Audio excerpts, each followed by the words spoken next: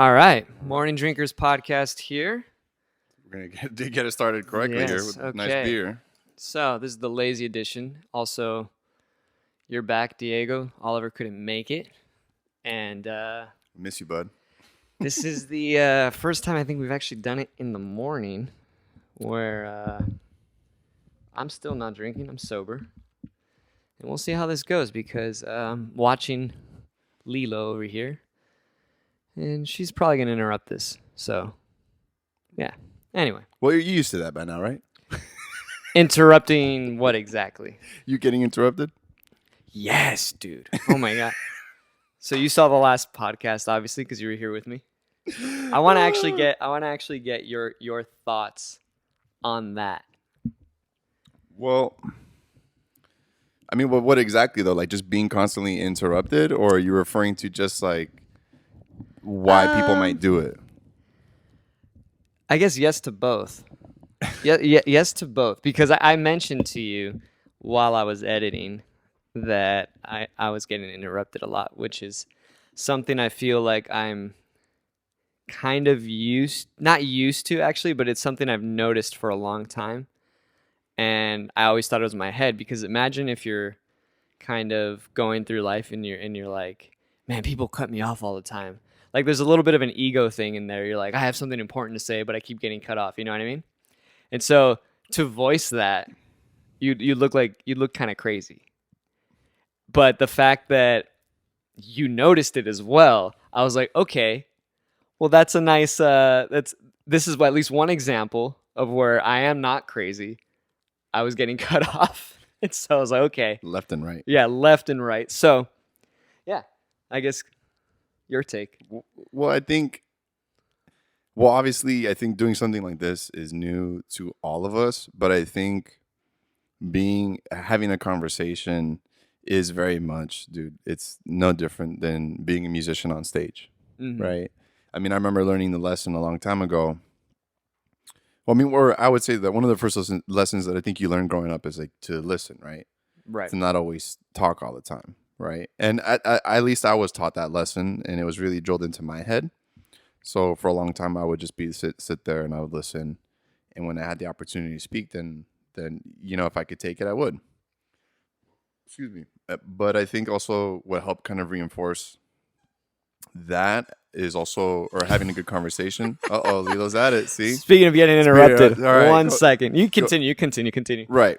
So the point is that I think also being a musician, especially a drummer, right, doing the Latin stuff, you learn that as a drummer, it is about having a conversation with the other musicians on stage, but you have to give each other your space to say something, because if not, it just turns into musical vomit, no different than conversational vomit, where it's just too many people talking at once. It doesn't, like, ideas get across. It sounds bad, especially if you're doing something like this. But it's no different than being on the stage and someone's always just like blah, blah, blah, blah, just just doing whatever, right? Not giving the other musicians a room or a space to talk. And I think being able to have a conversation is a skill. It is a skill. And I think it just, especially within this context, it just needs to be worked on. Okay. All right. Do you think that's maybe a skill that majority of people lack? Like the greater populace? That's a very good question, actually. I would be interested to like see if there'd be a way to like study that, but or to see if anybody has. But I think in many ways it is something that we lack. Just because I think we don't really have. I don't mean it's hard to say, just because I prefer always to have conversations, especially meaningful ones, like like the stuff we've gone through, or whether it's a project we're working on or relating to something, business, or even of course politics, or even our values. I think those should not be on Facebook. They should not be over text. They should at least be over the phone or in person. So that way you eventually practice listening and then speaking. I just think that also what I learned as when I was in my master's program before I left it is how to listen and how to really like summarize what someone is saying and then saying it back to them. I mean, that is in like a skill in and of itself, right? Mm-hmm. There's a reason why therapists have to learn how to do that. That's why, people shouldn't always rely on their friends to talk about their problems because they're not gonna have the space to have their thoughts reflected back to them, and then therefore allowing them to get that kind of insight as into the issues they're facing. Mm-hmm. That's why I think, yeah, at the end of the day, I think talking to friends, sharing your problems and sharing all that it makes you feel less alone, but you're not going to get any concrete solutions or answers from that. You need to go to someone who actually knows how to listen and knows how to reflect back what you're saying to them. So in short, no. Most people lack that skill then. I would say, yeah, Okay, most yeah, people because lack most that people aren't skill. therapists. Yeah, that's true. There's a lot of people I think that like to act like they are.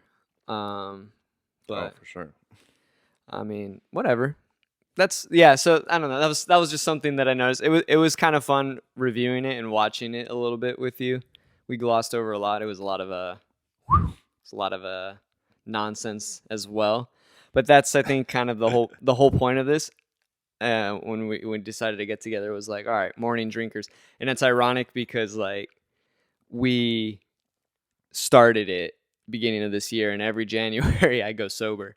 So I haven't been able to partake because I actually have a feeling once February, after my birthday hits, it's gonna get a little crazy because I think we could start implementing. I like to drink shots, like, or hard Oh, alcohol. yes, I we think all we do. could We like all know. implement where we're like, all right, take a shot if you fuck up here. We can like make a game out of this. Hey, you interrupted me. You gotta take a shot, motherfucker. Like something like that. Do push-ups. Oh, see, even that, something like that. That would be fun. I think it'll get a little ridiculous, but that's the point of this. One of the things we never even addressed too is actually why we call it the Morning Drinkers Podcast, and I think you do a better job explaining it only because you read Matthew Walker's book, Dr. Matthew Walker. Um, I just I've only watched videos, podcasts with him. But if you want to explain that, go right ahead. Yeah, sure. I mean, so I think culturally it's very interesting that we view drinking in the morning as something that you're not supposed to do. Morning time is, basically anything like caffeine. So yeah, I mean, coffee is the obvious one, tea is the obvious one. That's what you do because you get up, and I think that's what you just see. Well, I would like to think most of most of your parents do, most adults do. Excuse me, they get up in the morning, they drink their caffeine to get the day going, and excuse me, and then in the afternoon after you get off of work, that's when people go to the bars, right? The happy hour, all that. Well, once you start learning about sleep, then you start realizing, oh, okay, well, what are the things that affect sleep? Like, what does it mean to get good, restful sleep? And at the end of the day, from all the research just shows that the best sleep is the sleep that is essentially drug free, right? That's exactly why people, doctors say you have to cut off the caffeine at a certain point because if not, it will interfere with your sleep. You will be more tired the next day. Same thing, actually, ironically, you don't really hear that so much when it comes to alcohol because I think culturally it's so ingrained that after you get off of work, you just go, you grab some drinks, go home, go to bed. This whole idea of the nightcap. Mm-hmm. Well, it turns out that, actually alcohol is really bad for your sleep. And if you want to wake up feeling like you can take on the day the following morning, well, then you need to actually, delay your gratification, have the alcohol during the day when on your day off, when you don't have much to do. Obviously, it's up to you as to how you want to consume it, how hard you want to go. But the beauty of drinking in the morning essentially is that the alcohol is out of your system before bedtime. If you stop at a certain time. If you stop at a Right. certain time, of course, yeah, definitely. I mean, and you have all those factors at play, like how big you are, your weight, all that stuff Right. are of course factors. But that's why it's better to drink the beer in the morning or to drink your alcohol in the morning. Enjoy the buzz, do what you got to do, or just relax, whatever. Take a day off to literally do nothing, which I think we do need that sometimes, or at least once a week. and that way, the next day, if you have to go to work or whatever, you're gonna get quality sleep because the alcohol's already out. So Europeans and the Brits have it right. I They mean, I'll totally, never forget when we were in London yeah. and we saw that the pub was offering like a breakfast Breakfast meal, specials, breakfast specials with like a pint. right? And I was like, you know what? Yeah, that is the way to do it. I remember the first time I went. I went solo, and you actually had gone to Europe just months prior on your own as well. Hmm. But I don't know. Did you didn't really spend much time in London? You spent like a day, right? I spent a day there. I spent enough time to see like the classic uh, um, tourist attractions, But Buckingham Palace and all that. were you up early enough to notice that, or was it when we went that you noticed it? I was up early enough to note to have noticed that the bars are open, the pubs are open. Yeah.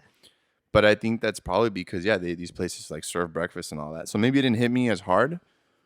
You know, maybe I wasn't really paying attention to that. I mean, I noticed it more when we were walking around because we were seeing all the pubs and Right. we were going to the pubs, right? Which I did that once when I was in London because we celebrated my birthday in London, and so but once we were walking around when it was you, me, and Oliver, and we were going to these pubs with Steven Gentilali, and like I would see they would see like, oh, breakfast special. I'm like, wow, they're doing it right here. They're doing it. They're doing it They're right. doing it right. Same thing when we got to Paris. It was like 10 in the morning and people were having champagne. Well, we were partaking in that for sure. We were doing it right because you might as well. See, that's what was different about. I've only been to Paris, so I can't say all of France, but the Parisian lifestyle and London life. Like I noticed that in London, I really took notice actually on my last day there. I was staying in Brixton and I was flying out at Heathrow. So I got up early, I'm talking like before 8 a.m. to catch a flight. And while I was walking towards the underground, I noticed a bunch of the pubs that they were open and they had, on chalk written, specials and whatnot. And I was actually noticing a bunch of, granted they looked retired age, in their 60s or so. But there were a few young people there as well, but they were having a pint and reading the newspaper. And I was just like, "Whoa. It's a like when did I leave? I don't know. It was like a Wednesday or something, and I was just like, these people are just drinking at 8 a.m. or earlier and they're like a full-on pint, like it's not a big deal. Like I don't think any bars here, at least for sure in San Diego, are open that early. And we don't really have pubs the way, like, I feel like a pub is a little bit different than a bar, And those places here aren't open that early, let alone serving breakfast with your alcohol like that. Right. I mean, there's the brunch, but that to me, that's late in the day. I think it'd be interesting. That's 10 a.m. earliest if you're doing a brunch. Earliest. Like, and that's very rare. And I always associate brunch actually with like a Sunday thing. Yeah. And like ironically, it's like after church. You know what I mean? Like that. I don't know if that was me growing up like Catholic or something, but we, sometimes we would hit a brunch and it would always be after church. And I feel like that's the time because it's like 11 or so, breakfast, lunch. And that's when people are just kind of getting together, big parties and drinking. Well, if you had your wine in the morning, you might as well keep going. Right. Exactly. So that's what it actually brings me up to now comparing it to Paris. Parisians wake up later. That's what I noticed. They wake up later. So yeah, they are drinking also fairly early, but they don't really get their day started until it's like 10 or 11. They're kind of lazier, but they also go to bed a lot later. Like they're partying or at least socializing deep into the night on average. And then going back to Sunday, they do take Sunday off for Jesus or something. I don't know. Yeah. Like everything's closed on Sunday or it closes early. Right. I think we experienced that. That's right. Because when our last night was on a Sunday, if I recall correctly. I think so. Yeah, and there was only one bar open. There was only one. Yeah. Right. It was actually ironically right and it was next to dead. And it was dead. Dead. We were the only people in the bar. Yeah. It was dead. But yeah, that was the difference. I like both lifestyles, I guess. I admire both of them. I think they're kind of cool. Maybe just because it's so drastically different than what I'm used to here. But I do, circling back to what this was all about, I do like the morning drinking aspect. And I think whomever we've introduced it to kind of enjoys it as well. Because I think there's like a guilt, a shame associated with drinking early, at least in this country. But once you explain it and break it down in a scientific manner, they're kind of like, all right, this is justified and it's cool. Like, it's okay. Right. I mean, for people who don't know, I mean, my undergraduate degree is in psychology, but it was with an emphasis in neuroscience. There's no one listening.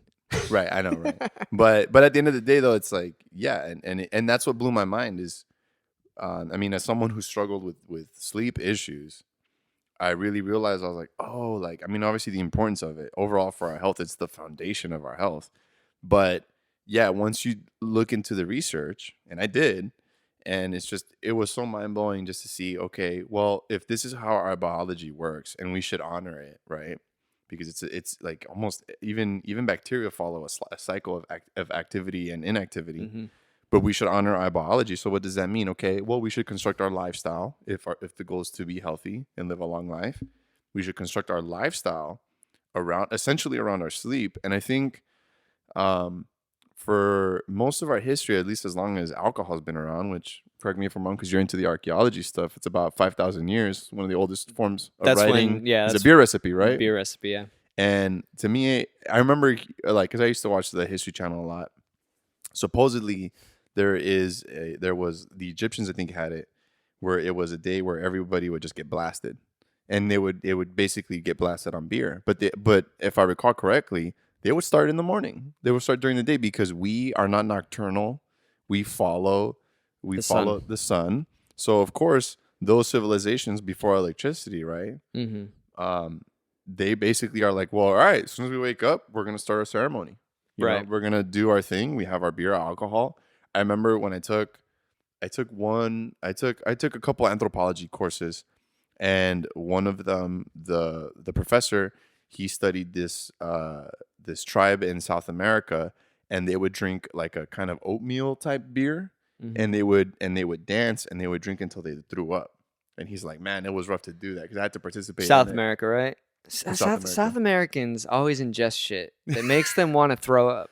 I must be like a whole, maybe a purification kind of thing. There's this like purging aspect that they really they seem to enjoy vomiting. Right, even with the ayahuasca thing. That's right? What it does. That's what it makes it. It makes you shit uncontrollably and vomit. And it's like, why are you guys doing this? And it's all like, there must be a reward at the end. It's glorified. They're like, this is great. You're like, is it? Right. Yeah. And so if you think about it, yeah, I mean, then that would make sense. And I think because obviously our society is so electrified now, and gradually since over the past 100 years, the amount of sleep that Americans have been getting has just been declining. Mm-hmm. I think in 1900, people were still on average getting 9 hours of sleep. 9 hours, dude. I mean, the recommended amount is 7 to 9. 7 to 9, yeah. And that means people were maxing out, dude. That's great. That's the dream. I can't remember the last time I had a full 9 hours that wasn't once interrupted by either, like, I don't know, a loud noise, getting up to pee or something. Your phone? No, I'm actually pretty good about keeping my phone. It's not on airplane mode, but it is on do not disturb. And I usually, but sometimes, like, even the past couple nights, and that's just because I'm like adjusting my sleep schedule because of this dog. Mm-hmm. I've been getting up like a couple hours before I need to get up. But that's also, there's like an anxiety, I think, in me when I have a responsibility the next day, early in the morning. Like, my body will wake up before it needs to. Like, I'm not fully, and it's never restful sleep, but I'm not fully relaxed. It's almost like if I have a flight at 7 a.m. the next morning, I just don't sleep well. Yeah, I'll set the alarm. I'll even go to sleep early. I might even fall asleep early. But if it's like, oh, the flight's at 7 a.m., I got to be up and at least at the airport at 6 a.m., I'm rising at 3:30 for some reason. I'm like, wow, what's going on? And I'm like, dude, like, yeah, that's how it is I don't fully comprehend why I can't chill, but yeah. So speaking about what you were talking about, going with the sun, essentially dictating our lives throughout history. This dog that I'm watching is the same way because she is up at 6. Yesterday, actually, she kind of slept in. She's like, it was almost like 7. I was up before her, and then I could start hearing her kind of make some noise, and it was like close to 7 a.m. And I was like, all right, cool, that's fine. Allowed me to chill a little bit more. But this morning, yeah, she's up at like between 6 and 6:30 on average. She's up around that time, and she's ready to go, like ready to go. It's also puppy energy, but I am not ready to go, and I'm like, fuck, dude. All right, like especially such a drastic shift. Like I'm used to getting up 2 to 3 hours later than that because I go to sleep late, and so yeah, this has been messing with my schedule, but she's ready to go. I get up, I take her out for a walk, and then about 10 minutes or so into the walk, I feel pretty good. I'm like, all right, I got the blood flowing, I feel good. And it was actually nice because there's a calmness in the morning air. Not everybody's up yet. And the ones that are up, they're also, I think, kind of like me, a little more lethargic, and they're just chilling. And it was nice to like be up with the sun. And there is something to be said about that because at the end of the day, when you're going out and you're walking the dog too, you're walking this puppy multiple times a day. You're getting that good old vitamin D from the sun, and especially since it's been hot the past couple of days too. Yes. And it's because it's been so hot, it's been tiring this dog out. Perfect. So by the time it's evening, like around 5 to 6 p.m., she's winding down. And then, I mean, you were here last night. She was winding down, and she went into her crate by herself, and she just passed out. The day before, she passed out for like 2 hours in the afternoon. She was just like, I'm going to bed. Took a nap. Perfect. And that shit was beautiful. I took a little nap with her, actually. Not cuddled. I was just like, yeah, you go do your thing. I'm going to be right here on the couch. And I passed. I was like, fuck yeah. Okay. And I don't take naps. Because I was thinking, I was like, when you said that, I was like, oh, you were doing it I Am Legend style. You had the gun and the dog, and you're cuddling in the bathtub. If she were older and she were actually my dog, I would do that for sure. So this is like a little test to see if I can handle a puppy, and I mean this one's testing me. It's testing me. It's been a long time since I've dealt with a puppy, and it's testing me. But there are cool little aspects about that where it is nice to have something around, especially in this little pandemic. Mm-hmm, mm-hmm. It's not human interaction, but it is something that you're there and you're kind of socializing with. Could be those thousands of years of human evolution side by side with man's best friend also coming into play. But it's something cool. It's something fun. She's cool. We get along. She's doing all right now, I think. Yeah. Well, I mean, I definitely think it's that to me is the most fascinating. That I think, what is it? It's probably what our connection goes back, about 60,000 years with them. Probably a little bit more, probably a little less, I would say. Yeah, maybe I mean, like it's 50, 40, it's still at least fuzzy. 30. We don't know, yeah. We don't totally know, but it's that long. Yeah. And I think that's what also is super interesting is that, I mean, apart from the fact that we have selectively bred them, I think it's like we still, our bodies have not changed that much in that time. Right. And I think that's why it's like what you said, like you're up at a certain time, you're outside, there's the fresh air, there's the morning sun, which feels good. I mean, it feels good to have the sun warm your face, right? Like that is a really good sensation to me. It's really rewarding. I mean, we are connected to the sun inherently. Even the dog is connected to the sun inherently. I mean, we need that, right? I mean, having that sunlight is what actually helps keep our melatonin right in its cycle, right? And so I think, yeah, it's the lifestyle that we've become accustomed to. Like you said, yeah, it's different here, and I would agree with that. In Europe, I think there's definitely a much more apart from the leisure aspect, I think there's like more, they understand that if you're gonna work hard, you have to play hard, right? And you have to have that balance. Like there is that sweetness to doing nothing.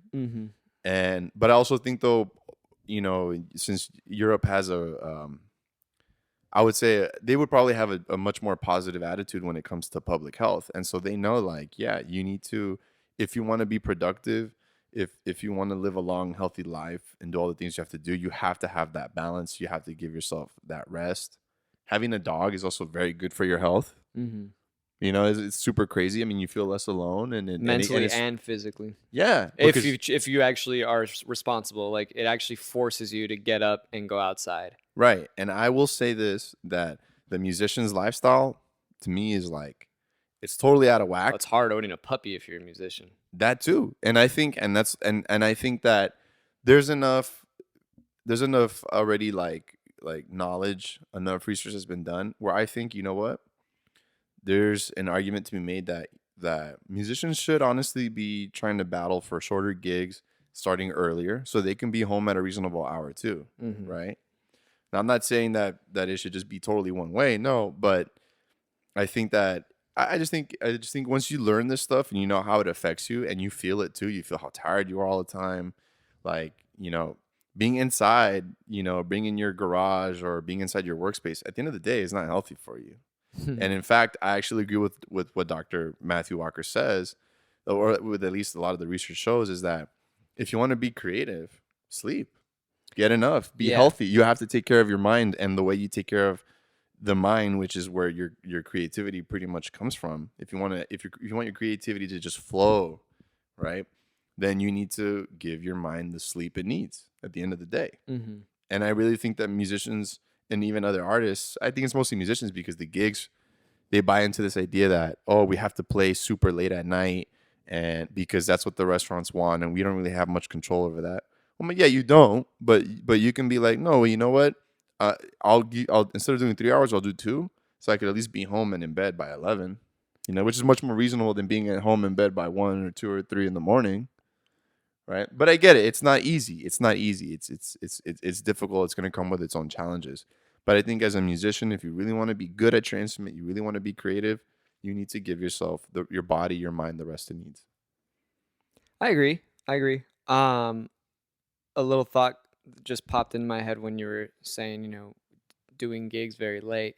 I wonder actually if that is a remnant of the Roaring Twenties. Oh, that's a good question. Yeah, I wonder if because why do we choose to do gigs so late? Because it's clearly a choice. Like bar owners, restaurant owners, people that own clubs, concert halls, what have you. They choose the time, and why are they choosing it so late? Like why is drinking so associated with the nighttime? And part of me thinks that there's maybe some sort of connection with prohibition. You do it in the dark. It's a secret thing to do. You're not supposed to be doing it. And I think that might be potentially like a remnant of that era that just kind of continued. It was associated with partying and doing things at night. Big time. Yeah. No, I would agree. And I think it's prohibition era is the beginning of modern American lifestyle because now you have cities being electrified, right? When I think of prohibition, the obvious one is like Great Gatsby, but in all of the visual representations of it, whether it's like all the movies, like the one with Robert Redford, even the one with Leo, yeah. It's all about like you see New York City as like hustle and bustle. It's all well lit up, and I think prohibition was a big part of that. People like to party, and I think that everyone had to go to work, and there was just the Protestant work ethic is deeply ingrained here, dude. Deeply. It's still. I was reading, not to derail too much. I was reading a little article on history, and what we're taught here is that the Puritans came across the Atlantic over here for religious freedom, but in actuality it was because there was too much freedom in Europe. They left because they were allowing Jews and Catholics to basically do their thing, and the Protestants were like, no, we shouldn't be allowing that. So they left. You had a small faction of these people that were like, this is not what we want. And they left and they came here. And then they established their own kind of set of protocol here. And we're still seeing that to this day. We're very rigid and like everything's taboo. Right. I think it's like you said, it's running up to it. And I think the 20s was like a reckoning where like they were like, oh no, let's just do it at night. Yeah, let's do it at night. We have the means now because you said everything was becoming electrified. It's like we don't need candle lights anymore. We have electricity. We could power these things. Let's have it deep in the basement.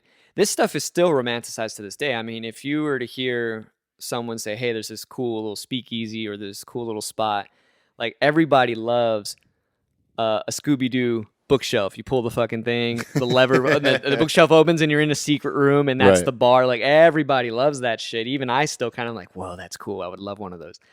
And so it's romanticized. And I think that still to this day, that is actually kind of why you still have these late night concerts. And it's associated with that, you know, like, oh, I'm going to play in this dingy bar, this club. It's in the basement. It's cool. You got all this wild jazz going, you know? Right. It's exclusive. Yeah, it's something like, it's like, ooh, that sounds cool. That's hip, you know? Like, you know what's hip? Fucking drinking at 8 a.m. Exactly. Which is why I'm actually going to crack another beer. Crack it. I'm going to definitely crack another. Crack another beer. You're drinking for me now, too, because I'm not drinking. And you know what's funny? I actually don't, I'm getting to the point where I don't miss it all that much. I like it, but sometimes I go a little too hard. Sometimes. So let me ask you something. If you're familiar, because you brought up creativity, and this is something I remember hearing about a long time ago. I don't know if I think there is a study. Maybe you're familiar with it, but a lot of people are creative in the shower or in the pool underwater. There seems to be something with that. Are you familiar with that? Like they have creative thoughts. Yeah, because like if I'm taking a nice hot shower, and usually I try to take it, you know, as long as necessary until I'm like, all right, I'm good. I feel clean. I feel warm. But yeah, that's when I have some of my best internal, you know, dialogue is in the shower. Yeah, but like I wonder what that is, because I've heard the same thing of people that they're swimming laps in a pool or something. You know, right. It's something with water. Like I don't know if it's water hitting their head. I don't know what it is. But some people have like really creative thoughts. And so that brings me to, because I literally just heard this. I heard Santino talking about it.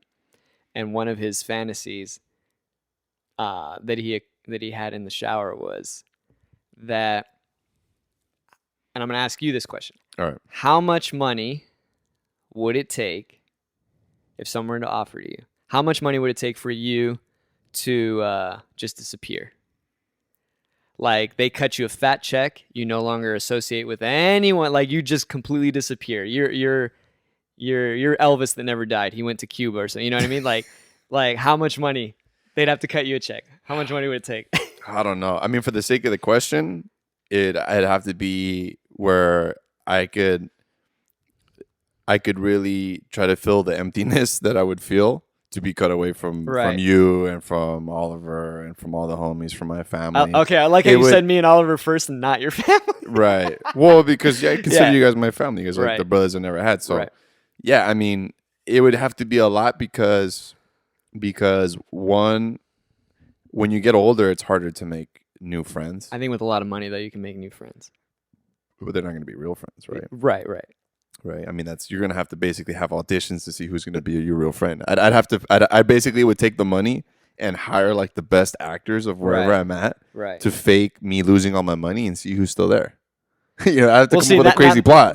That's a fun game too, though. Right, exactly. No, and that's why it would have to be a shit ton of money. Right. Like, I would never have to.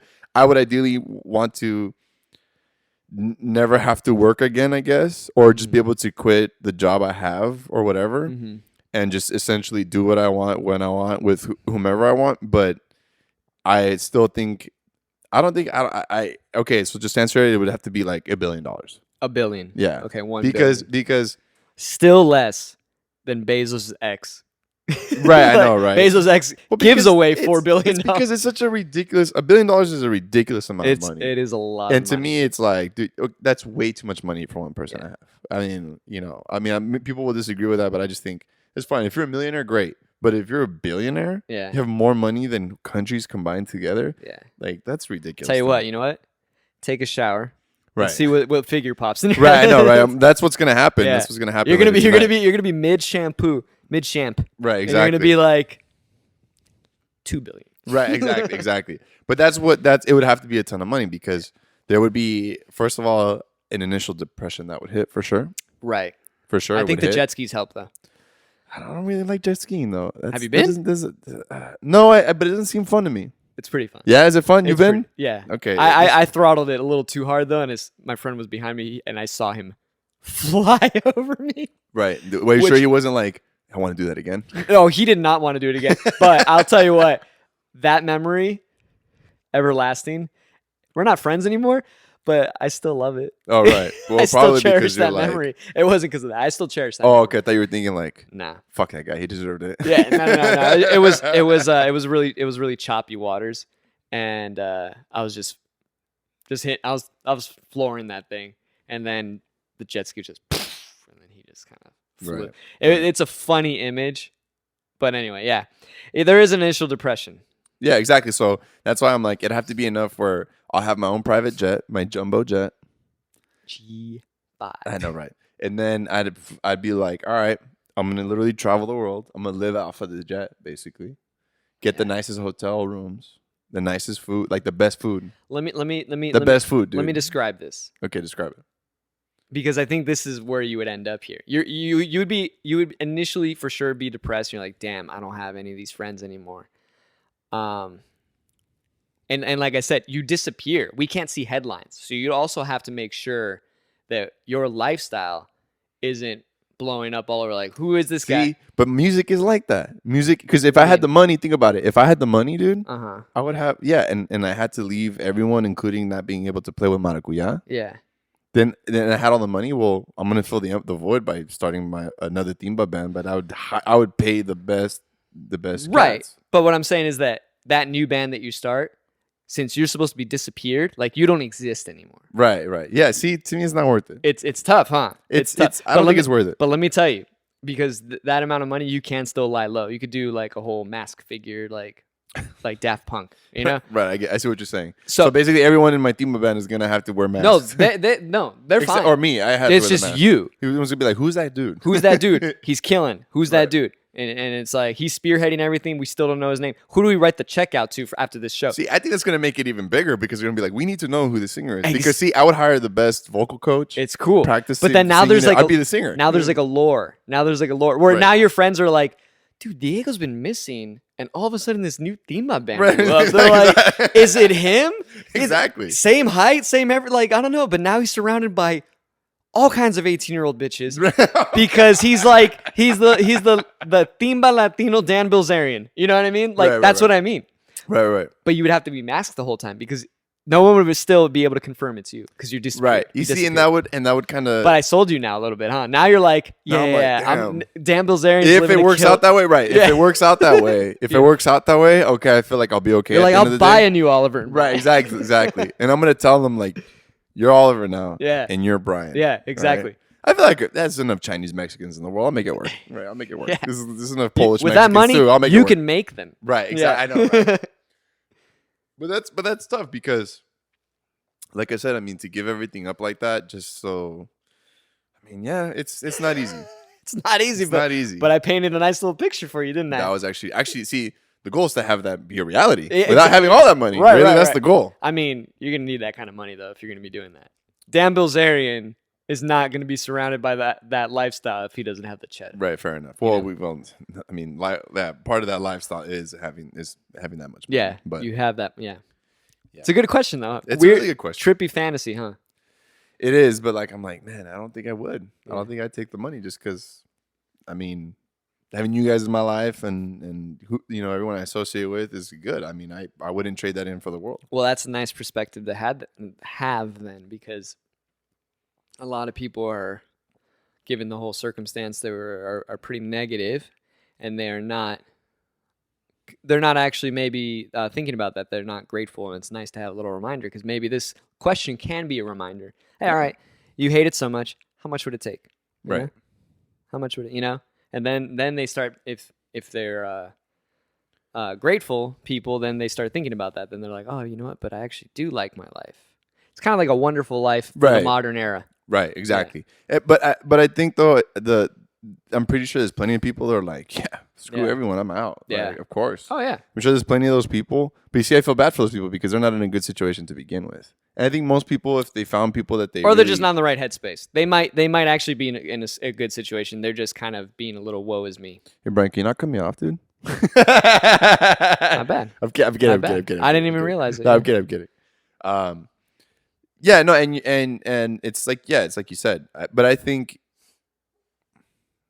I mean, I'm grateful, dude. Like, yeah, I think, do I have my own desires of being better, wishing things were a little bit better? Yeah, of course.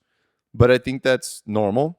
I don't think that's abnormal. And I think whatever I can improve or change, I will, or I would like to at least try. Whatever I can, well, I just have to accept it. I mean, it's not easy. But I think you just have to do that, right? Yeah. Like challenge, just to connect it back to what we were talking about earlier. Like, dude, just to get enough sleep nowadays is such a huge undertaking, dude. Mm-hmm. It's such a huge undertaking. You have to first of all have one.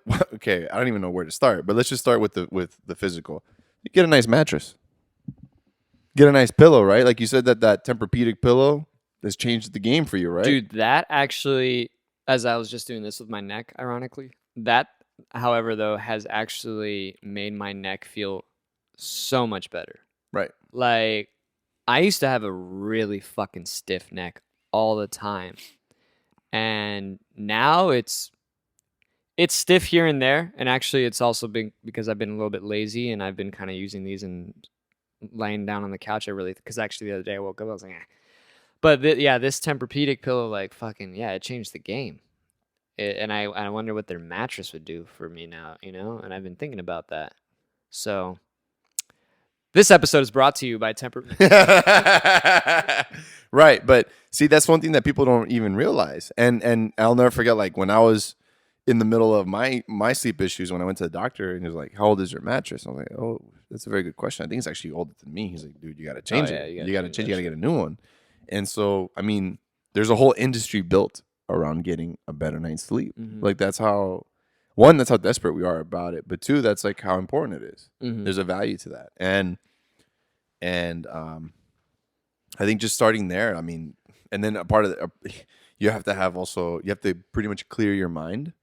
But you can't do that if you have to constantly hustle, and then you come home after the hustle and you're like, dude, I just need to go to bed. Or if you don't have time to really decompress at a healthy hour, because I think what most people fail to realize, or it's just that they don't know, Mm-hmm. is that our preferences to rise in the morning and to go to bed is also genetic, right?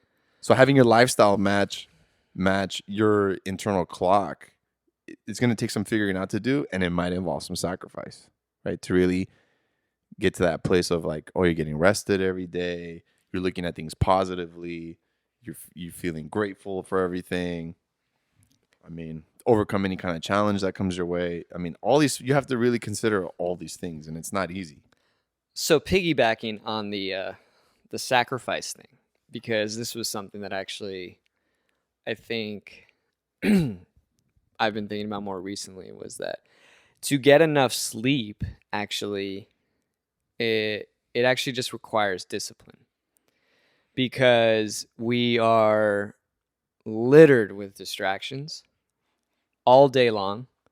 It's a sensory overload, and that in turn is causing a lot of anxiety. It's not helping us relax, but ultimately, you have to take control and make that choice and be like, hey, limit the distractions. Some distractions are going to be there regardless, but you don't have to look at your phone before bed. You don't have to read that article. You don't have to have your phone in bed at all. You could actually place your phone in another room if you're going to bed and just go to bed.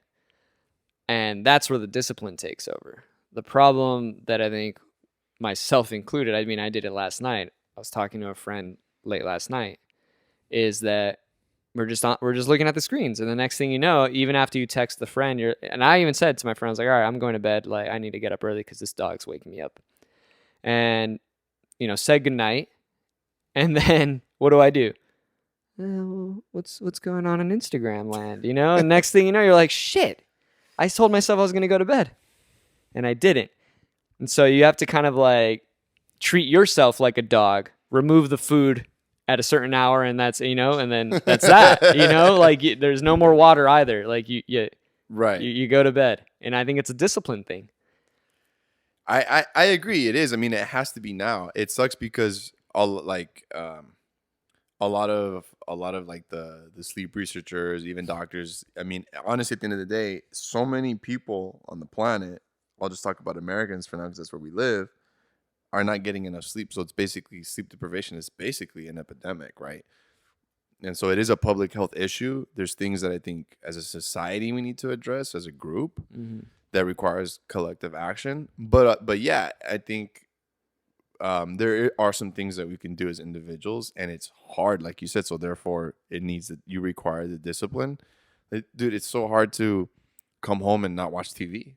Like if you're coming home like me, right? I come home because I get off of work at 8:30 essentially. If I really want to, get the best sleep, the highest quality, well, I would need to change my job, but that's not that's not realistic right now. So what can I do? I would basically have to come home, put the phone, lock it away, basically, not watch the TV, not turn on any lights. Basically, come home, light a candle. Candlelight. Candlelight or something that's more red light hue. Exactly, right. Nothing that has the blue light to it. Right. All that, I would have to basically take a hot bath, read a book, all of that, and then while doing that, basically say to myself, I'd have to meditate all at the same time, so I can just be in bed by a reasonable hour. But leading up, that's just the beginning. Leading up to that, I have to do that and not be in bed looking at my phone. Like basically, you have to kind of think ahead. Like it's going to take time for me to get into this routine. Like you said, it's the discipline, but it's not always that easy because there's a lot of factors at play. If you have some anxiety, maybe that might not cut it, right? That might make it a little bit more difficult for you to really. That might take a little bit more. I think the phone is in and of itself anxiety producing. All of that stuff, all of like the social media and all that is for sure anxiety inducing. But I think that what we're really missing, Brian, is I think for most of our history, 60,000 years ago, we were all passing out together. There was we'll call it a teepee with a fire in the middle, and we would come back during the day, and we would chill out, we would eat, we would do our thing. Of course, humans would be having sex, they would be doing all that, but everybody would be passing out next to each other. Right. And that's another crucial element I think that's missing, right? So I was actually going to mention that as well, because I think part of the reason some people fall asleep with the TV on a podcast or whatever is because of that. It's filling this void of there's human voices going on, and it's like a form of companionship. Now, I used to do that all the time. In fact, I would go so far to say as majority of my sleeping life or falling asleep was with the TV on. I've spent more hours doing that than relatively recently where I've actually decided to turn off the TV. And sometimes I'll still throw on a podcast, but at least it's like pitch black. Right. And and I have it on a lower volume. It's not super loud where it's disruptive.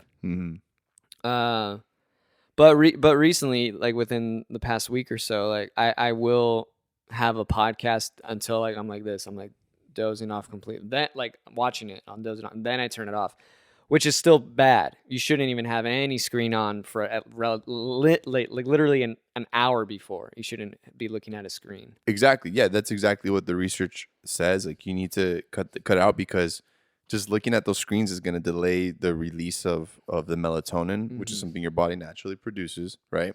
It's going to delay that release, right? And yeah, I agree. That's what I'm saying. It's like I think we really, for a lot of people, when you're living alone or you're just going to bed alone, like that's a fact. That's a huge factor. That's first of all, it's hard to control, right? Like, but second, it's playing a role. It's there. It's something that can't be denied. And I think that adds to the challenge, which is why I think, like you said, it requires discipline. I think the only way you're going to get the optimal amount is you literally have to be extremely disciplined with your sleep, which is why I'm drinking right now, and I'm not going to be drinking at 6 o'clock, Right. in the afternoon or at night or whatever. Yeah, 5 o'clock somewhere. Yeah, right. Yeah, no way. Yeah. It should be 8 o'clock somewhere. I need to.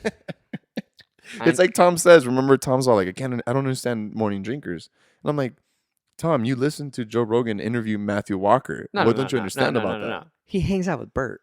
Oh, that's what. Well, that's true. He probably just gets upset at Bert Kreischer, right? Yeah, because Bert's drinking.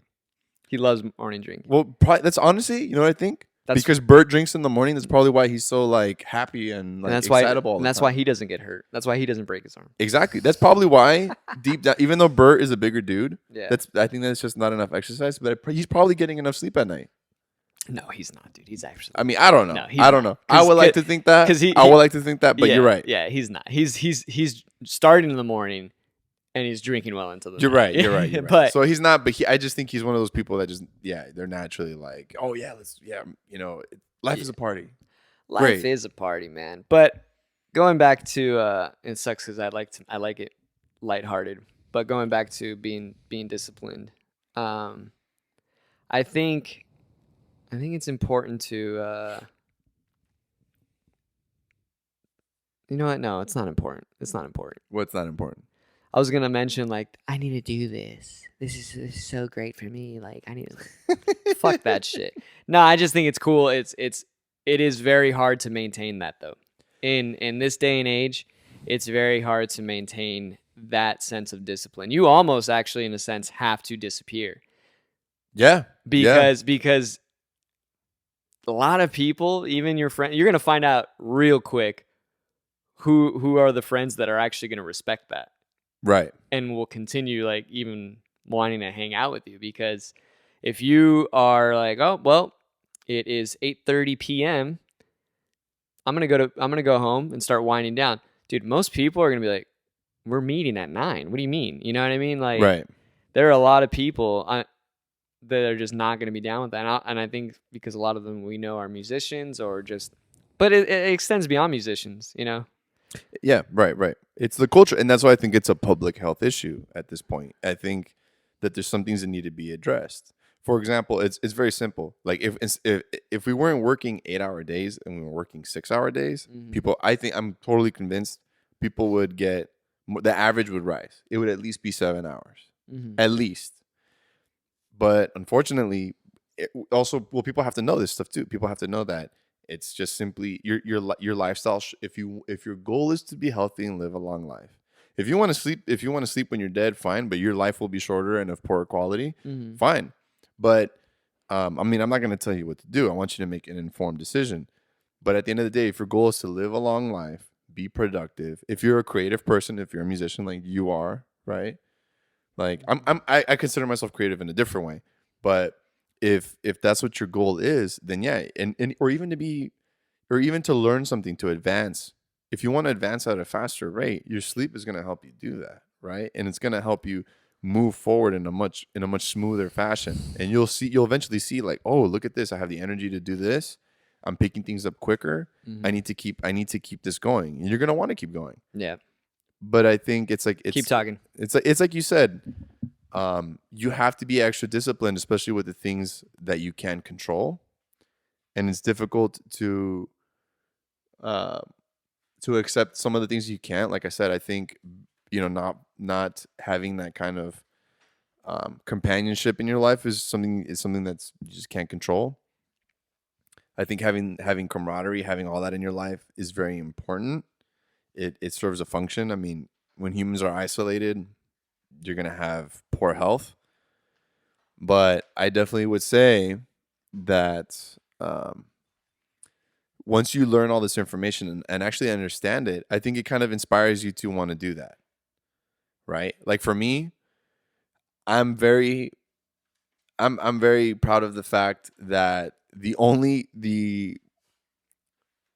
gig that meant anything to me was at 2:00 in the afternoon to a crowd of, I don't know how many people, at least 50, right? It was probably more than 50 people. No, there were more than 50. Yeah, right? Yeah. And it was at 2:00.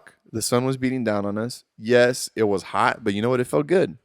And It I did. think, well, when we played that socially distanced show with Maracuya, to that amazing crowd that came out, which I'm thankful for everyone who came out to support us, you know, at 2:00 in the afternoon, it felt so good. It was like a summer day, but it was in November. Yeah. And it was so beautiful. I mean, it was like a summer day, dude. It was like 84 degrees. Yeah, and I remember I was like, I'm glad I wore a hat. I was regretting so much that I was like, fuck, why did I choose a black shirt? Yeah, I remember was that. I'm like, dang. Well, it's you and so Oscar. hot. You and Yeah. Oscar. I forgot who else was wearing dark colors. Dude, I I'm was like, it dude, you was guys are crazy. so hot right now. Yeah.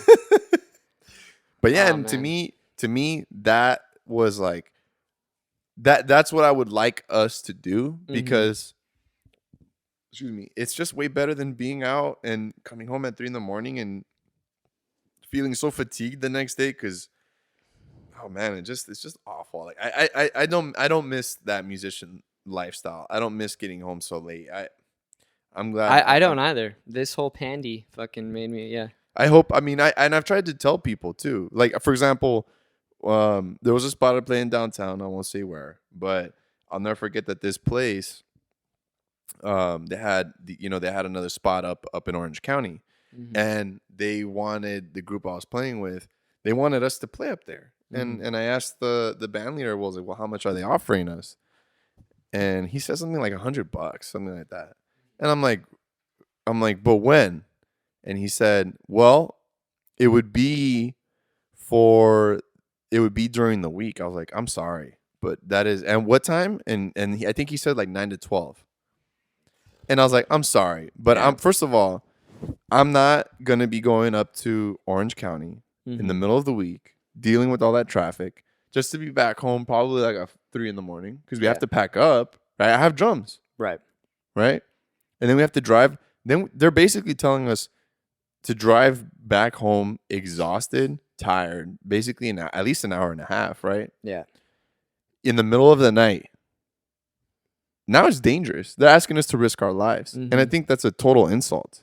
And it's a total insult. Well, you also know people that are going to be drinking on the job. Exactly. So not only are they going to be tired, they're also imbibing a little bit. Right. And yeah. And that's why I was like, I definitely don't miss doing that. And I don't want to go back to that. I don't want to go back to playing super late. I don't want to do that. And I think it's a good opportunity to move beyond that at this point. Yeah, I don't really have that luxury, at least just yet in my life. I definitely am going to go back to that because I'm essentially going to have to if I want to maintain a living, you know? But I'm definitely going to be more inclined to probably reject some of those gigs. I mean, just my last gig, my New Year's Eve gig, I mean, I was playing till 1 a.m. 1 a.m. Right. And loading was at 7. Right. Like, Jesus, like we were there for a long time, and we were playing, hour plus sets. There were times where we were playing like long sets as well. And they didn't even offer you a room, huh? No, they said they were out of rooms. That's ridiculous. But it is what it is. You do some of those gigs once in a while because especially New Year's Eve gigs, they do pay well.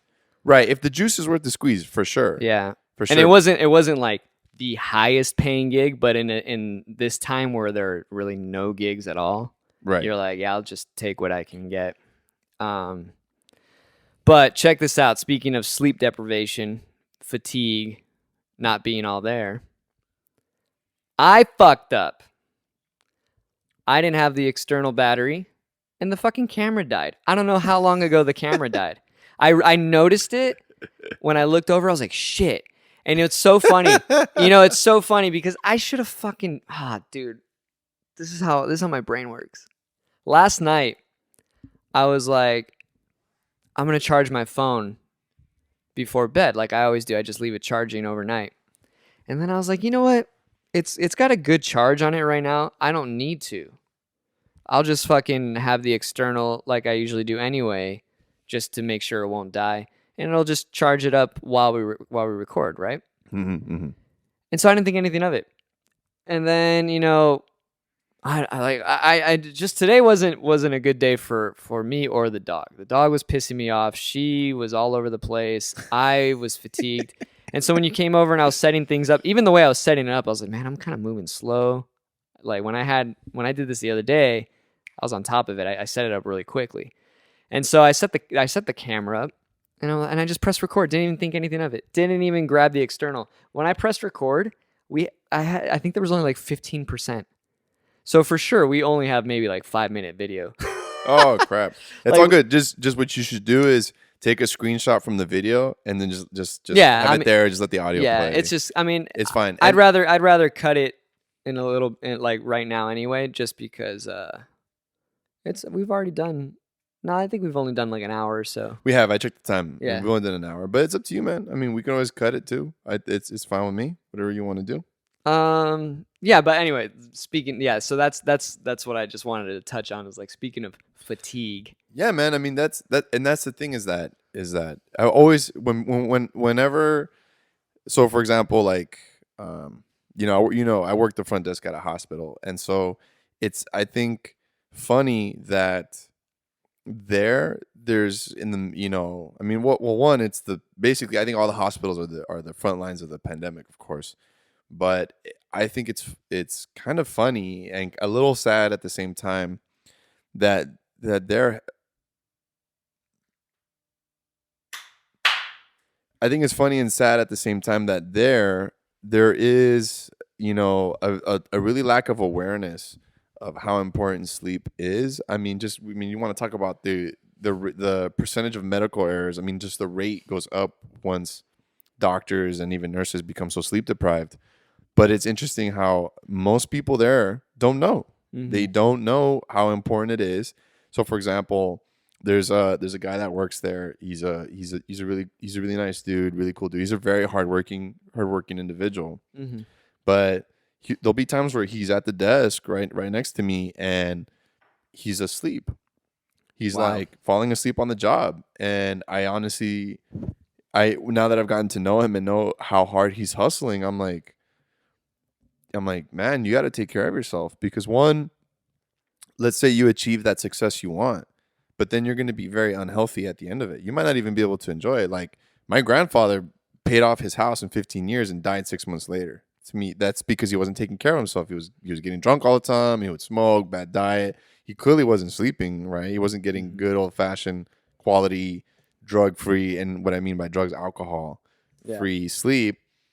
And I just think just too many people don't know that. They don't know how important it is. And this guy is passing out at work. It's like, dude, you got to take care of yourself, because if not, you're never going to achieve that goal. It's going to be that much harder. You're not going to think as clearly. And so I would tell him, like, hey, look, man, like, look, I'm not a doctor, whatever, but I know how to consume science. I know I'm a good consumer of science. Mm-hmm. I told him, look, let me ask you this. I would always ask anybody, how much do you think sleep deprivation is costing the U.S. economy? Right? Even when I was in my master's program, right? Even when I was in my master's program, I remember there was one class I was in, and it was about, it was called human behavior. So naturally I aced the crap out of it. But Wait, pause. Is there an answer? Yeah, there's an answer. Okay. Yeah. Can I guess? Because I don't actually know it. Okay, let me say. No, I don't want you to tell me. I want to guess before. No, you say I'm not going to tell you. No, Okay. I'm just saying, let me tell the story. Okay. Let me tell the story. So I had to do a project on groups, right? And it was about, I think our topic was, it's called social loafing, which is basically like, if there's a task that requires teamwork, somebody sometimes won't basically carry their own weight, right? And other people will do it. Well, I connected it to sleep because that's what I was obsessed with at that time. And I looked into social loafing under fatigue. And as it turns out, more people who are fatigued are more likely to socially loaf, which is they're not going to carry their own weight. They're tired, and it is because of sleep deprivation. And so as a fun fact to our presentation, I asked the class, I should say. Yeah. Okay, how much is sleep deprivation costing the U.S. economy? So I'll ask you now, Brian, how much is it costing? I'm gonna shoot high. Shoot high, go for it. Is it You have to give me a solid number though. You can't just give me like, is it around this? No. No, give me I'm like not a gonna number. say is it around. I mean, Give me good. It's fine that it's a round number, but just give me a number. 1 trillion. Okay, not that much. Okay, yeah. Okay, That's not why I that said much. I'm gonna shoot for the Okay, stars on what's this your one. second guess? Then $1 billion. No. So That's way too low actually. okay. So then I was not closer with $1 trillion because if it's Right. Price is Right rules, I'm over. Right. Okay. See, that's why those were like my figures. I was like, okay, it's either like stupid high, like It's- trillions high, or it is like in the billions, and so I shot super under because I'm thinking Price is Right. It's rules. it's definitely in between, but I would, in my opinion, it's stupid high. This is why I think it's a public health issue. what, like 60 billion. It's 400.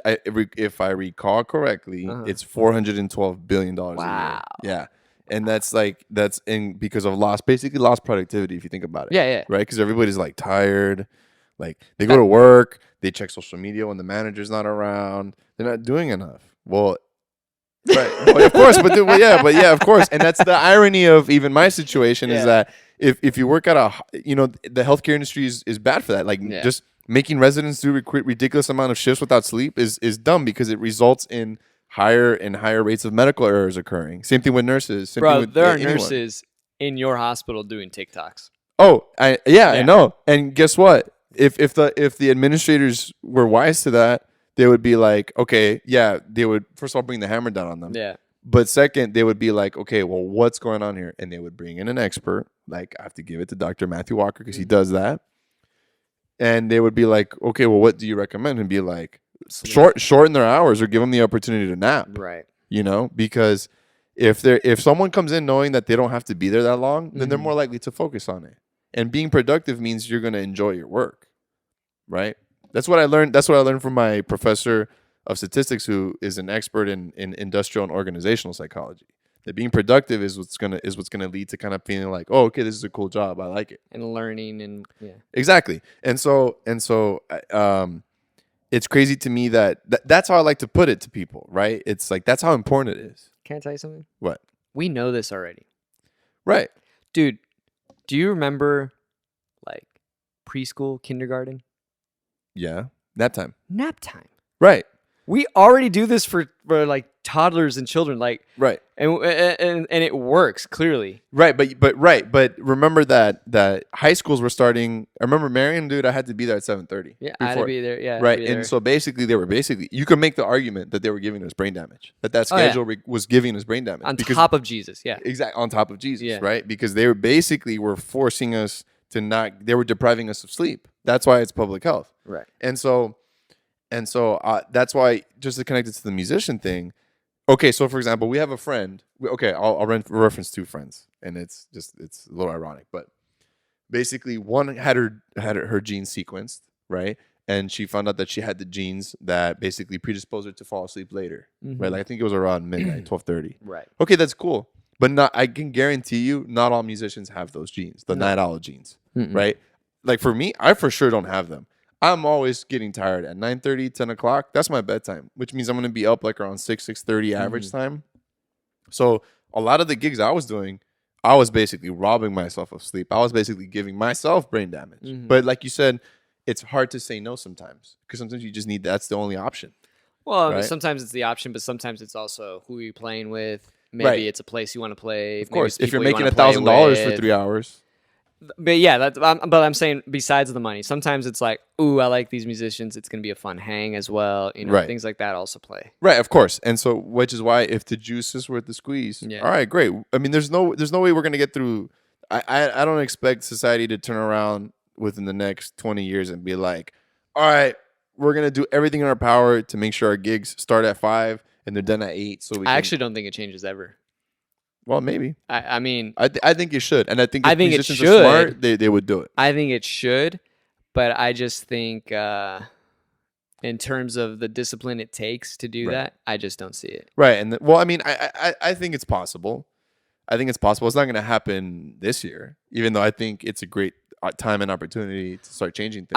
I think you'll see. I think you can see the change for sure in schools starting later. Yeah. Well, San Diego Unified is now 8:30, I think. I thought it was 9. Or maybe, if it's 9, even better. Even Or better. maybe I'm thinking Sweetwater. I thought Either way, yeah. if it's 8:30 or 9, that's way more biologically reasonable. Right. You know. However, that's still if said person, student, whatever, is not as disciplined enough to go to bed early. Because Right. because there are going to be those kids that are like, wait, we don't start till 9. I'm playing Call of Duty till 3. Right. You know Right. what I Right. mean? Well, of course, you have to have that balance. And unfortunately, Call of Duty, you're gonna look at it at a screen. It's blue light blasting your face, so of course you're not gonna fall asleep until later. That has to be it. That's where parenting comes in, right? Where it's like, all right, dude, okay, you're a teenager. Naturally, your body's gonna demand at least 11 hours of sleep. I think it's 10 to 12 that teenagers need. Yeah. So of course, like, all right, fine then. The video games have to be cut at 10, Yeah. and at 11 to 12. You're gonna read or whatever, Right. or I'm gonna physically take away all your I love stuff. reading by candlelight, dude. It's nice. It's so You know what I like doing? I like writing by candlelight. Oh, I've done that too. That is You know, incredible. I want to get a fountain pen. Like, remember that scene in Inglourious Basterds when he's taking out the fountain pen and doing Yeah. that? Like, I want to do that, Yeah. and then have like a nice writing desk. I'm gonna get you a quill. Give me a quill, please, Yeah. dude. I love Yeah. that. I love a dipped pen. You know, I'll even wear a powdered wig and everything. Yeah. And I'll just basically look like Prince. My mom's gonna be like, "Why are you dressed like Prince?" And I'll just be writing. I'll Yeah. be journaling, whatever. But anyway, the point is I think if once people realize this stuff, they'll want to make a change. And I think musicians should make a change, because if they are trying to be creative, if they are trying to if they're practicing, well, their practice will be more efficient, right? It's better. It's, what is it saying? Like, practice makes perfect, but perfect practice makes perfect, right? Right. So I think that if they leverage this knowledge to their advantage, one, they're gonna make more money. Two, they're gonna be healthier in the long run. Because the way I see it, if your gigs aren't paying you enough, it's not even you're not even making a profit at that point, because you're gonna pay for that sleep deprivation sooner or later. Yeah. Health wise, bad decision making, you're gonna pay for it.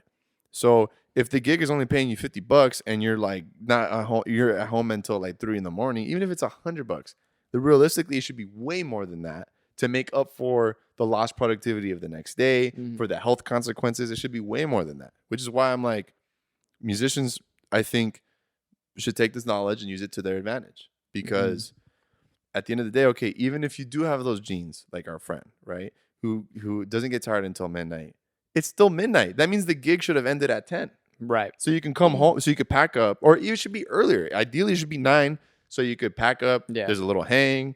Maybe you'll eat a little something, maybe a snack. Come home, shower, decompress, and then not looking at screens. Maybe you journaled or read a little bit, and then you're in bed, and then there you go.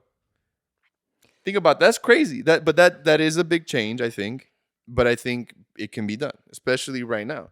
And so to connect it to our other friend who I would hear all the time say, "Oh, we'll sleep when you're dead." I'm like, well, dude, I hate to break it to you, but Well, they'll sleep sooner then. yeah, you're gonna be 6 feet under much sooner, Right. And actually, you might not even remember all these good adventures, because you're more likely to get dementia and Alzheimer's, yeah. Here's the saving grace. The only way I actually see this actually working and being implemented, because companies, and when I say companies, I'm extending this to bars, restaurants, whatever venues that are open and they're open late. They do this for money. Right. They make more money if their hours are longer. Right. Now, the sacrifice is that you're damaging the health of your employees. Right. I think automation is the saving grace for that. That's the Right. only way that I think, like nurses, like let's say this is like Star Wars and you have a Right. fucking nurse that's able to do some of those tasks. I think that is literally the only way that but still, that person, now that their 4-hour shift is done, still needs to be disciplined enough to go home and be like, hey, it's the sun's going down. I got to go to bed. Of course, but see, it's like you said, yeah, of course. That's why I think the education. That's why I'm happy to share this knowledge, right? The education has to be there. But remember, let's just assume automation is in play. And well, here's what I think would happen. Humans follow the sun. If we only had to report for our work, and our work was enough where, like, yeah, we were able to put a roof over our heads, provide a decent existence for our family, whatever, all that. and it was just 4 hours, 5 hours, 6 hours, which is great. That's Mhm. the dream. That would be great. I think that would give us more time to be outside at the end of the day. And Yeah. I think that what would happen is it's the discipline wouldn't come at such a high mental cost. Where I think that you will basically go outside, you will do your thing. Once the sun starts coming down, you're gonna go back to the inside. You would have eaten. You would have been like, hey, you know what? I'm tired now. You know, the sun's gone down, or it's 8 or 9 o'clock. Like, oh, I'm ready for bed. And I think it just makes it less challenging to be disciplined. That's what I mean. Is like, yeah, you still have to know not to drink before bed, right? You Mhm. still have to not do that. But I think it's not as much of as a challenge now to do that. And if any kind of challenge does come that like life throws at you, whatever, maybe your kid is sick, whatever, I still think it still won't be that, you won't require that much internal mental energy to be like, all right, I have to go home and I can't, even though I'm craving all this stuff. Like, no, I still think that it'll just be a little easier, which I think would make a difference. I think that does make a difference. I agree. I just think some of these electronics are so damn enticing that you're right. We might be outside more. You know, we might enjoy the sun more. I like when the sun. It's such a metaphor every time the sun sets. It's a metaphor for the finite. You know, Right, the day's done. right, And I like that, and it makes you appreciate the daylight more.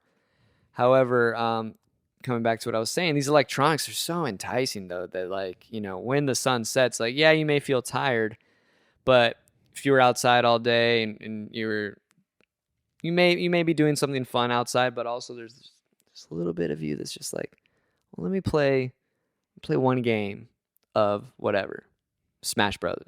right, Let me right, right, just play one game. right, right, right, right, right, Then all of a sudden the brain was winding down. Then all of a sudden it's like gets ramped up again. right. And that's the difficult thing, dude. And then that's where the discipline gets challenged because, like I said, some of these things are so enticing that you're like, oh, but I'd rather just sleep's Right. cool, but this is so much fun. Right. I mean, yeah, and I see what you're saying. I just think it would be like a whole our perception of it, I think, would still change. I think, yeah, that challenge will still be there, but I don't think it'll be like what we consider difficult will be less difficult because we have that perspective.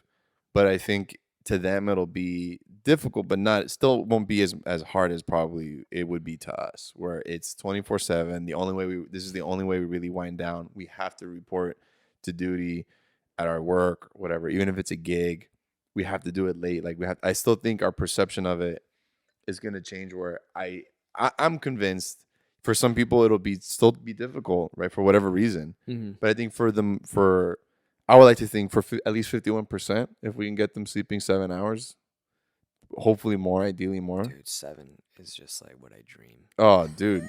I don't even Well, I sleep remember that night 7. that I went home, that I was just so fatigued. I remember I passed out immediately. That following morning, I was like, wow, I feel decent for the first time in a long time. Dude. Because you have to remember too, dude, when you get enough sleep, dude, your frontal cortex. I remember reading a paper on how sleep deprivation affects the metabolism of the neurons in your frontal cortex, and how it just affects them in such a bad way Mm-hmm. that at least when you're getting the at least the 7 hours, your ability to be like, all right, I'm tempted to play another Smash Brothers game, but I have enough mental fortitude, which to me comes from having received at least 7 hours. You're more likely to be like, it's okay, I'll put it down. Right. I'll put it down. Or you're gonna schedule it to when you wake up. Like, so if you're waking up right before the sun wakes up, then that's the ideal time to stare at the TV, right? Some people do. That's the time to look at the stock market, over in China or whatever, It's the way to do it, man. It is. And you're right. I mean, I'm educated in this. I am well aware of the effects and the benefits of getting proper sleep. But I do know, man, I'll fall off. And I've fallen. I mean, I've fallen off, especially the past. I don't know, not this past year per se. I would say probably around summer is when I fell off I would say for obvious reasons. And I just reverted back to my old ways where I was like I said, not falling asleep with the TV on, but like getting close to it. Then I would turn it off, or just staying up super late, video games or working on stuff. And it's like I'm well aware, I know, but sometimes too, if I am either enjoying it or in the sense of if I'm working on something, what I do when I'm working on something is I enjoy it too, but like. I'm riding this wave of productivity that's like I don't want to put a halt to this. Like I'm gonna keep going. Right. And yeah, then you start falling. Then your body recognizes that, and then you start getting into a pattern where when it is time to go to sleep, because the sun set hours ago, you're actually not tired because your body's like, oh, we're used to this now. And Right. then you have to do a whole other reset, which I think I'm in the process of doing because of the puppy. And so in turn, now I'm not sleeping all that well anyway because I'm resetting my body. Right. And the reset's a pain in the ass. It is. It's man. So difficult. Yeah. And see, I think the struggle as you described it, it makes sense because you want to be productive with your days. Because when you're not, you don't feel good. No. And you feel even worse and you beat yourself up. It doesn't feel good. I mean, I have then to you're deal not with going to that. go to sleep. Exactly. And it's a vicious cycle. And so it's just it's not easy. It's not. There's a reason why the majority of Americans are not getting enough sleep. And I think And they're unhappy. That's a big part. It's a big piece of the puzzle. It's like, oh my God. And I think that at least I have to give I have to give you props, Brian, because you're dedicating yourself to music, right? Like I have a day job, which is fine because I've been able to leverage it to do the things that I want to do, like fun maracuya and stuff like that. But I do have to admire for you just saying like, no, I'm not going to spend my time clocking in and then clocking out 8 hours later. Like, this is what I want to do. This is my clocking in. This is my clocking out. This is what I want to do. And I think that a lot of people are not willing to make that sacrifice. But of course, it's going to come with its own challenges. It's and it's going to come with its own stress. It's tough. It's not easy. And so, I mean, I'm hoping people, especially musicians, because obviously that's our community. I'm hoping people do listen. I hope they band together, and I hope that they say to themselves, we need to take better care of ourselves. We need to give ourselves the rest we need. I mean, all the sacrifice, dude, all the practice. Yeah. All the practice. The schooling, all of that, that's a tremendous sacrifice, man. And I think that what we need is, apart from the Protestant work ethic, we need I'm just using the phrase, the Protestant rest ethic too. Right. It needs to come along with that, because if not, you're going to burn yourself out. You're going to hate life. You're going to hate your music. It's not going to give you the joy you want. I mean, I just think of that guy who's hustling at my work and he's falling asleep at the desk. I'm like, what's the point of doing that then? Yeah. What's the point? You can't even stay awake at your day job. Yeah. How do you expect to overcome and get into a place where you want to be when you're sick all the time and you're tired all the time? Like, it's just, to me, it just doesn't. If you look at it as a business, I think as a business, you're not making any profit at the end of the day. It's more cost. Yeah, 400 plus billion. Exactly, like I said. And that's just why I hope, if musicians do listen to this, I hope they kind of pass the word along, they look into it, and they start saying no to some of these gigs and start saying yes to others. Even if it's making a little less. I understand it's not easy to make that decision. I totally get that. That's why I decided to do the day job, because I didn't want to do that anymore. I didn't want to have to say yes to that. Plus, I also wanted health insurance. Yeah. So. Well, I think, I think it's a good place to wrap this up. Sounds good. Yeah, because even though I'm tempted to get another beer, I'm going to say no. I would say no, only because you brought your gi. You didn't bring your gi, you bitch. Well, we'll end it on this note. No. We'll end it on this note. No. We'll end it on this note. So I'm going to go train. I'm going to go train. We'll end it on this son note. of a bitch. We'll end it on this note. All right, everybody. Peace. I got to go.